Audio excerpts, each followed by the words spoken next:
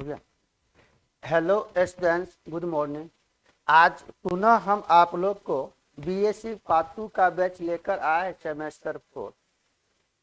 इस बैच में हम आप लोग को बता रहे थे ग्रुप थ्योरी। तो ग्रुप थ्योरी में आज आपका होगा क्लास नंबर 23। इसमें हम बता रहे थे आप लोग को रिंग थ्योरी के बारे में। तो रिंग थ्योरी में मैक्सिमम बताया था। तो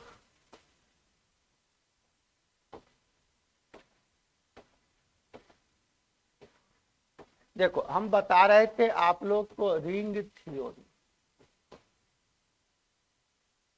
रिंग थ्योरी में आज आपका है क्लास नंबर 23।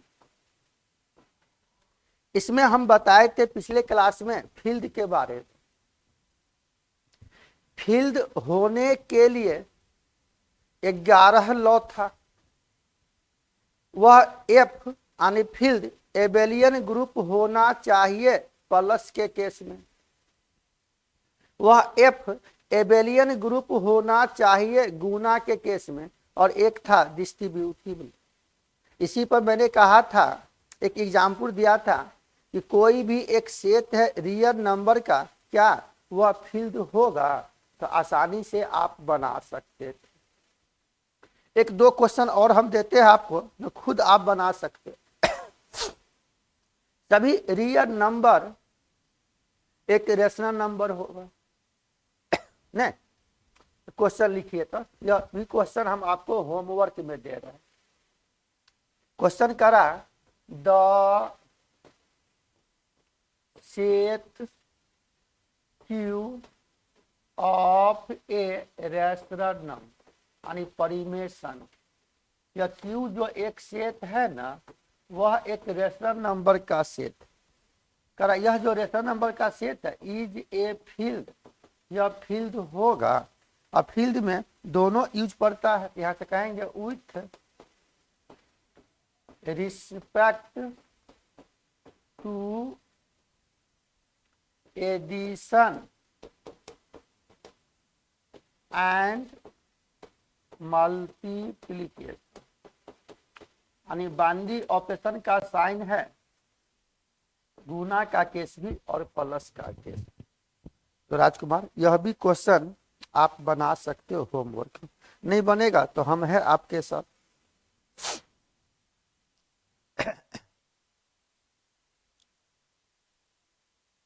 एक और क्वेश्चन दे रहे हैं, करा the set Z of integer.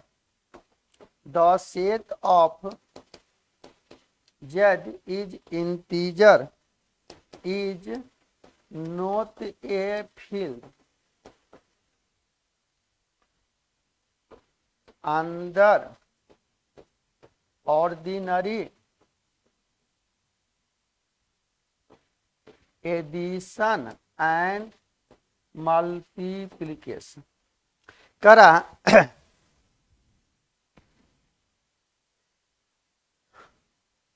Z एक इंटीजर का सेट अगर रियल नंबर होता तो मल्टीप्लिकेटिव इनवर्स अगर निकालोगे तो मान लो कि अगर मल्टीप्लिकेटिव इनवर्स तो ए अगर एलिमेंट है जेड का तो 1/a एलिमेंट नहीं होगा जेड का। यह लॉ पालन नहीं करेगा। तो आप बना सकते हो यह सवाल। ठीक है, यह दोनों क्वेश्चन हम आपके जी में छोड़ रहे हैं। इस क्वेश्चन को बना लीजिएगा। लिखिए तो।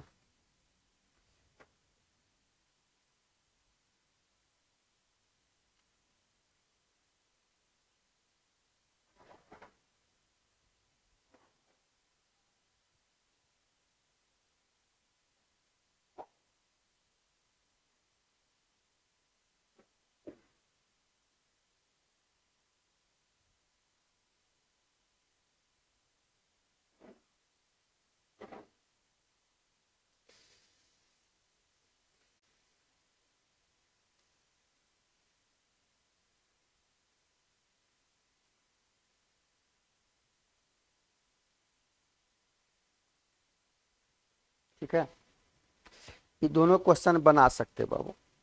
एक थ्योरम है, बता रहे इस पर, प्रयास करते हैं खत्म हो जाए।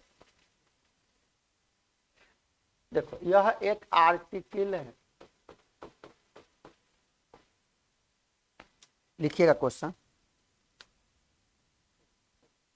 Proof that in a field, मान लो कोई भी एक फील्ड है, यह एफ प्लस और गुण, यह एक इक्वेशन दिया है, the equation A into X बराबर बी। यहां से कहेंगे होयर या ए नॉट इज कर to zero has unique solution. यह एक इक्वेशन है, इसका यूनिक सॉल्यूशन होगा, यहां से कह दिया इफ यह ए और बी एलिमेंट है एफ का, एफ मतलब कोई भी एक फील्ड।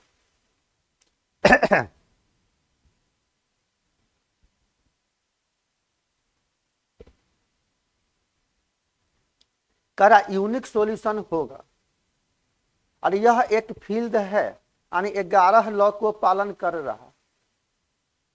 यह एक फील्ड है तो यह 11 लॉ को पालन कर रहा। यहां से क्या कर रहा, यहां से दिया हुआ सिंस यह एफ बी ए फील्ड, मान लो यह एफ जो एक सेट है यह फील्ड है, तो एफ एक रियल, एफ कोई भी एक नॉन एम्प्टी सेट है, तो कुछ न कुछ एलिमेंट है। तो यहां से दिया हुआ है, मान लो कि लेट यह ए अगर एलिमेंट है एफ का, तो हम है ना, यह ए एलिमेंट है एफ का, लेकिन यहाँ पर दिया हुआ ए नॉट इज कर टू जीरो, यानी यह ए नॉन एम्प्टी सेट है, यह ए नॉन जीरो एलिमेंट है, यानी ए का मान जीरो के बराबर नहीं। अगर ए का मान जीरो होता तो जीरो गुना एक्स जीरो, तो इक्वेशन बनबे नहीं करेगा। तो अब आप बताओ, अगर ए एलिमेंट है एफ का और एफ यहाँ फील्ड है, तो यहां से कहेंगे हम लोग the multiplicative inverse of A is, तो बउआ ए का मल्टीप्लिकेटिव इनवर्स हो जाएगा 1/a, इसी को लिखेंगे a के पावर -1। इसका मतलब हो गया अगर a एलिमेंट है f का तो मल्टीप्लिकेटिव इनवर्स यानी a inverse also element f होबे करेगा, कारण कि 11 लॉ को पालन कर रहा। तो identity law inverse law already exist कर रहा है, गुना के केस में भी और प्लस के केस में।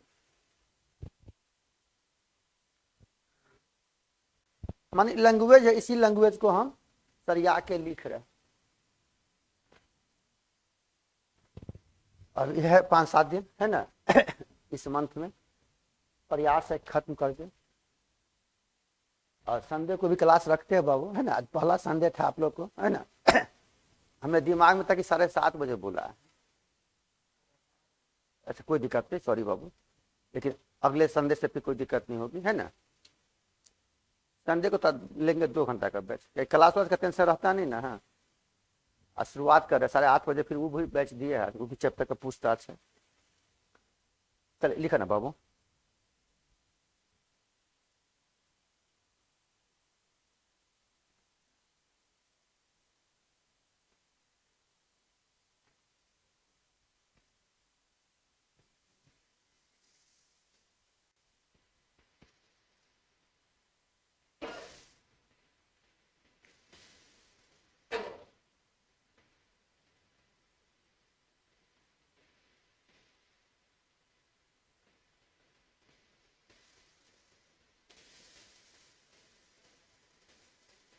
कल से है ना नया टॉपिक शुरू करेंगे, है ना, देख लेंगे, उसमें रिलेशन फंक्शन का काम पड़ेगा, आइसोमॉर्फिक होमोमॉर्फिक।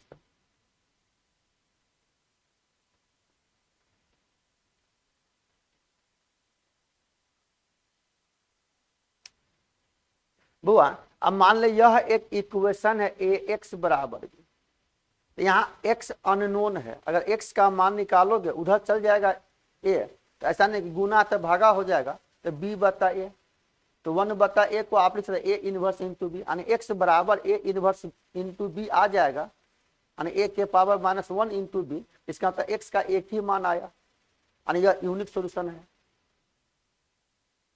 तो अब आप बताओ, अगर a एलिमेंट है f का, तो a इनवर्स भी एलिमेंट है f का, और यहां से हम देख रहे हैं यह जो इक्वेशन यहां पर दिया हुआ, क्या दिया हुआ equation now a into X बराबर b, अगर हम यहां से कह देते बाबू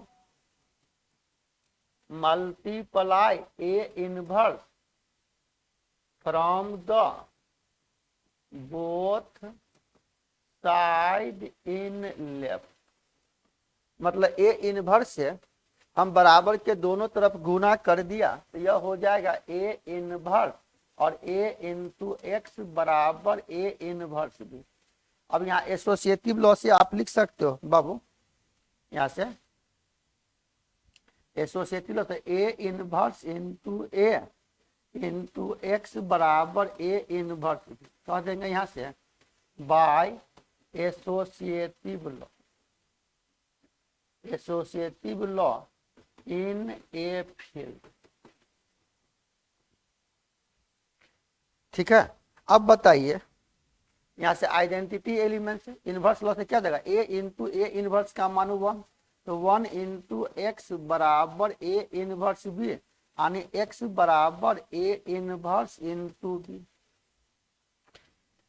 क्या बाबू, x बराबर a इनवर्स इंटू बी आ गया,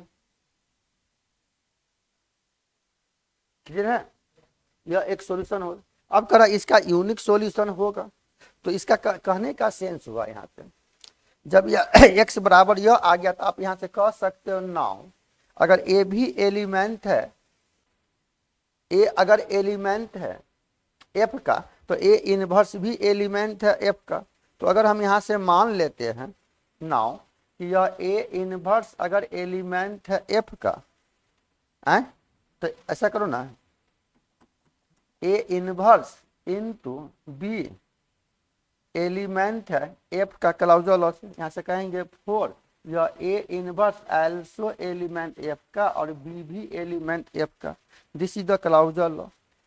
लेकिन अब यहाँ से कह रहा, इसीलिए जब आप यहाँ से निकाला x बराबर, नहीं समझे या ऐसे कहो, इसीलिए यह हो जाएगा a इंटू एक्स बराबर b has a unique solution a inverse into b, यह भी क्या है कि यह भी एलिमेंट है f का,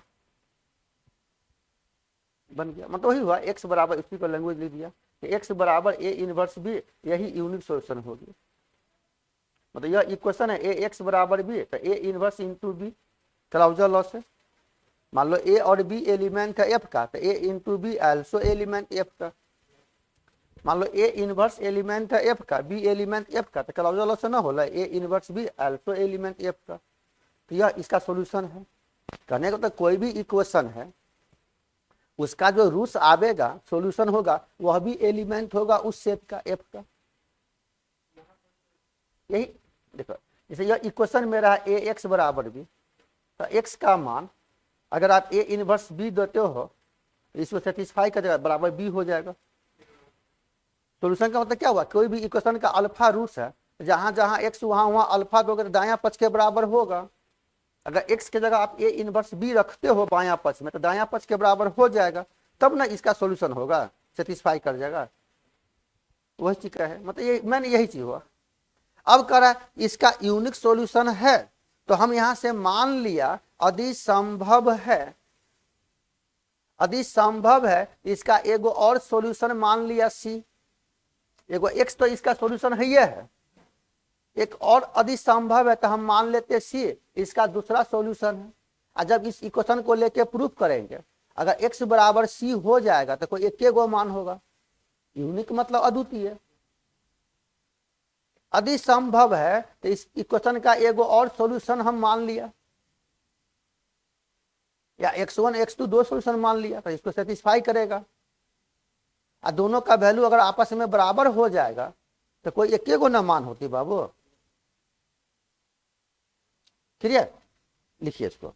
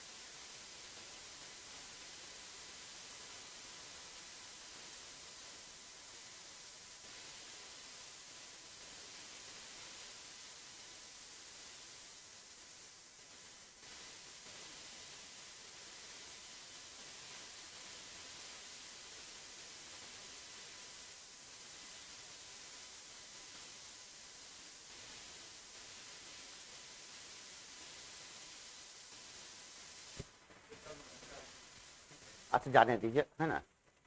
अब जो है 4 गो बच्चा कब से हम लोग पढ़ रहे हैं कंटिन्यू। अब मान लिया इस इक्वेशन का यूनिक सॉल्यूशन है, लिखो। मान लेते हैं बाबू यदि संभव है, इफ पॉसिबल,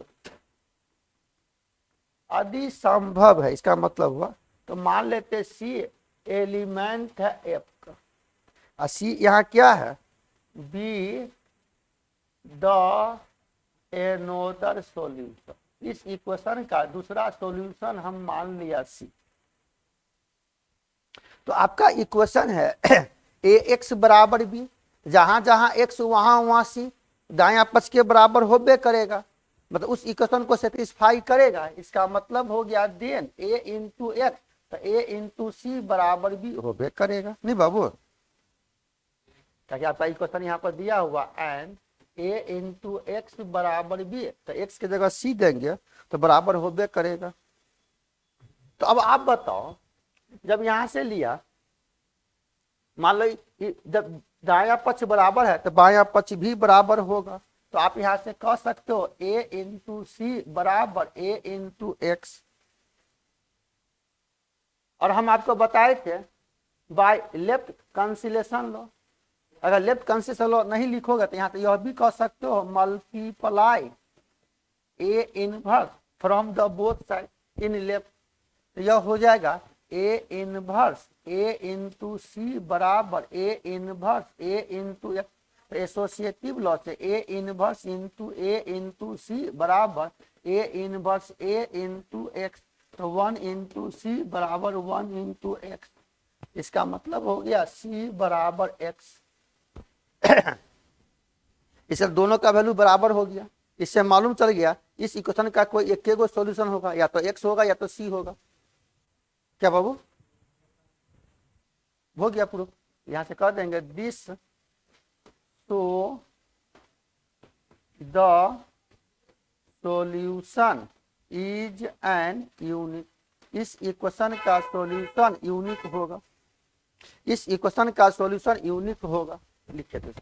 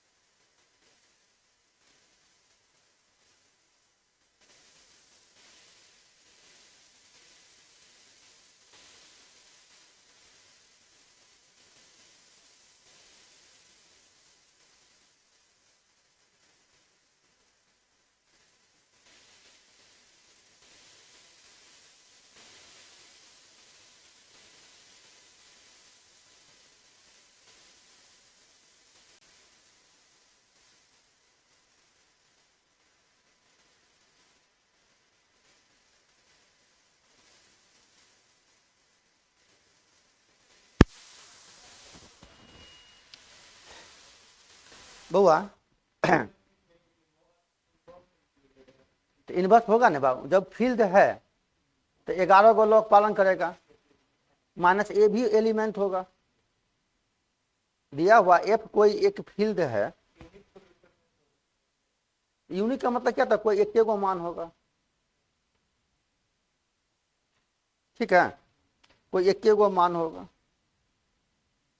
अरे बहुत भारी नहीं है बाबू, बहुत ही हम बारीकी से बता रहे, देखिए ना, और समझ में 100% आएगा। हम सभी टाइप का कोई जरूरी नहीं कि आज खत्म हो जाए, नहीं होगा मत हो, है ना, एक क्लास और लग जाए, तो सिलेबस तो मेरे पास है, सिलेबस पे मालूम चल जाएगा क्या क्या है नहीं है, लेकिन हम एक एक क्वेश्चन का है ना ले लें,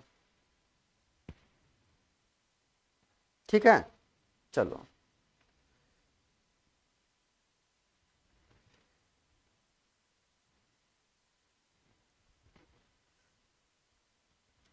अब बताइए,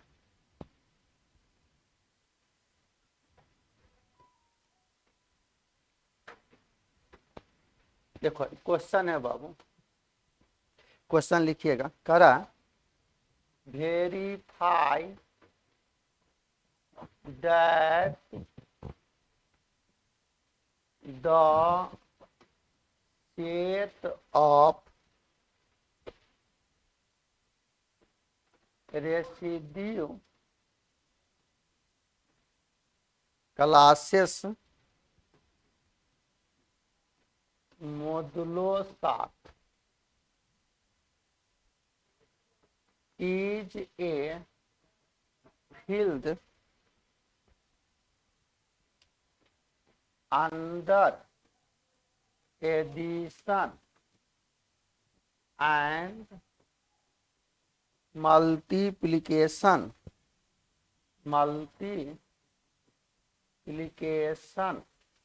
of residue class। बताइए आप, वेरीफाई का मतलब हुआ चेक करो, जांच करो, यह हो भी सकता नहीं भी हो सकता।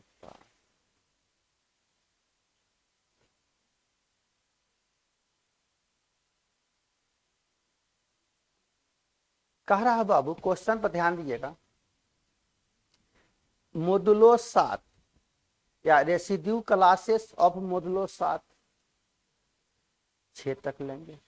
अगर हम यहां से मान लेते हैं कि let Z be the set of modulo 7, या इसी को लिखेंगे जेड बटे 7, जेड मान लो, आई मान लो, कुछ भी मान लो जेड एक सेट है मोडुलो 7 का, मोडुलो 7 तो एलिमेंट लेना एक कम, 0 से शुरुआत करेंगे, इसका मतलब हो गया दैट इज यह जेड बराबर, यह एक सेट है 0 1 2 3 4 5 6। अब कह रहा है यह जो जेड एक सेट है यह फील्ड है, वेरीफाई मतलब चेक करना है, इसका मतलब हुआ 11 लॉ को पालन करेगा, 11 में 10 करेगा, एक नहीं करेगा तो नोट फील्ड। क्वेश्चन लिख लिया, लिखिए, लिख लीजिए क्वेश्चन। तो अब बताओ, हम जब यहां पर एक चार्ट लिया था, बाइनरी चार्ट लिया था ना बाबू, जब फील्ड है तो गुना का भी साइन है और प्लस का भी साइन है, रिंग या फील्ड में दोनों काम पड़ता। तो क्लाउजर लॉ के लिए हम अगर यह एक चार्ट ले तो यहां से अगर ले फोर एडिशन, एक के साथ क्लियर हो जाएगा, समझा दें तो लिख सकते हो, और यहां पर हम ले लिया फोर मल्टीप्लीकेशन। चार्ट मैंने बताया था एडिशन, तो यहाँ प्लस का साइन लेना, बउआ यह जो भी जेड का एलिमेंट है एक बार खड़े एक बार परे लिखना। तो मान लो यहाँ 0 से 6 है तो 0 लेंगे, 1 लेंगे, 2 लेंगे, 3 लेंगे, 4 लेंगे, 5 लेंगे और 6 लेंगे। उसी को यहाँ भी लिखेंगे 0, 1, 2, 3, 4, 5 और 6। मल्टीप्लीकेशन या गुना का साइन लेंगे। जो भी एलिमेंट है खड़े अब परे तो 0, 1, 2, 3, 4, 5 और 6। यहाँ पर लेंगे 0, 1, 2, 3, 4, 5 और 6। बुआ क्लाउजल लॉ के लिए कहा मान लो यह ए है यह बी है तो ए प्लस बी बराबर जो भी एलिमेंट होगा वह इस जेड का सेट होना चाहिए एलिमेंट। तो मैंने कहा था दोनों को जोड़ या गुना करने के बाद जो वैल्यू बचेगा अगर उसका मान 7 के बराबर हो जाए या उससे ज्यादा हो जाए तो 7 से डिवाइड करेंगे, जो रिमाइंडर बचेगा वह लेंगे। अगर उससे कम है तो सेम उतार देंगे। क्लियर? तो बताओ ना बहू 0 + 0 बराबर 0 एल्सो एलिमेंट। 1 + 0 1, यह 2 होगा, यह 3 होगा, 4 होगा, 5 होगा और 6 ऑलरेडी एलिमेंट है। यहाँ से 0 + 1 यह 1 होगा, यह 2 होगा, यह 3 होगा, यह 4 होगा, यह 5 होगा, यह 6 होगा और 6 1 7 हो गया।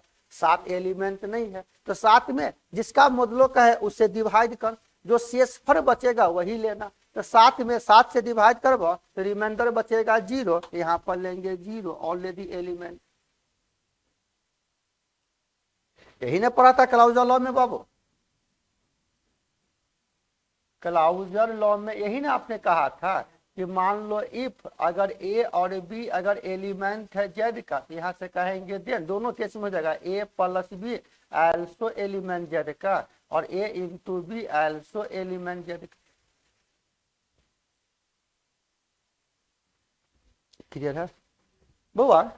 तो ये चार्ट लिख सकते हो 0 + 2 तो 2 होगा, 3 होगा, 4 होगा, 5 होगा और 6 होगा।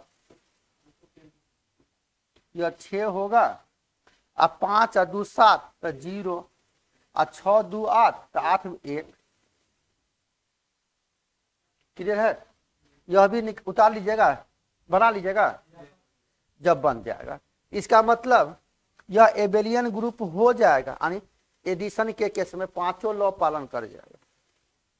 यह भी पालन कर जाएगा एबेलियन ग्रुप गुना के केस में। लास्ट में एक बचेगा डिस्ट्रीब्यूटिव लॉ। मेरी बात समझिएगा, एक यहां पर बच जाएगा डिस्ट्रीब्यूटिव लॉ। बुआ तो डिस्ट्रीब्यूटिव लॉ का मतलब यही पढ़े थे आप। इफ मान लो ए बी और सी अगर एलिमेंट है, अगर एलिमेंट है जेड का तो यह होना चाहिए देन ए इंटू बी + सी बराबर ए इंटू बी + ए इंटू सी। ये दोनों काम पर गलो तो अगर यहाँ से आप सेटिस्फाई करा तो मान लो 1 ले लिया, 2 ले लिया, 3 ले लिया, एलिमेंट है जेड का, तब यहाँ से होना चाहिए देन 1 × 2 + 3 बराबर 1 × 2 + 1 × 3। तो 2 + 3 5 और 5 × 1 ये प्लस से कैसे चल गलो तो 2 + 3 का मतलब 5 हो गए। 5 एलिमेंट है जेड का। अब 1 × 5 बराबर 5, इसका वैल्यू आ गया 5। 1 × 2 तो 2, 1 × 3 तो 3 यानी यह हो गया 5 बराबर 5। यह भी सेटिस्फाई कर गया, व्हिच इज ट्रू। इसका मतलब यह 11वां लॉ पालन कर जाएगा, आप लिख सकते हो। इसका मतलब यहां से कहेंगे हम लोग कि हैंस यह Z is the set of a field, यह फील्ड है।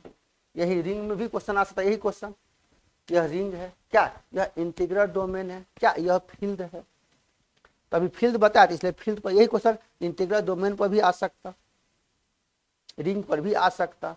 तो हम पूरा लिखे नहीं है लेकिन आप बना सकते हो, समझा है क्वेश्चन।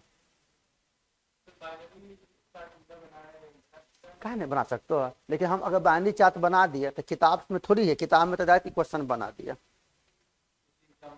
लेकिन अगर हम बाइनरी चार्ट बना दिए, मतलब कहने का सेंस दिमाग में यह हो बाबू, कोई ना कोई तो टॉप करेगा ऊपर से, कोई ना कोई नीचे से, तो हमेशा सोचिए कि हम ऊपर से ही करें। अरे एग्जाम में चोरी ही चला, सब तो सेम है, गेस्ट पेपर से लिखेगा, आप भी चोरी करोगे, लेकिन आप अगर पढ़े हो तो थोड़ा लैंग्वेज भाषा चेंज कर सकते हो। मतलब दिमाग में ये हो ना कि एग्जाम हॉल में हम इतना अच्छा लिखें कि कॉपी चेक करने वाले भी हमारे कॉपी से कुछ सीख जाए। इसका मतलब जब दिमाग में घुस जाएगा तो बहुत अच्छा लिखावट होगा एग्जाम हॉल में। ये सोच लिया कि हमको जॉब हो, मत जॉब हो, दिमाग में हो कि हम दूसरे को जॉब देंगे। इससे फायदा क्या होगा कि आपका ग्राफ बहुत आगे चला जाएगा।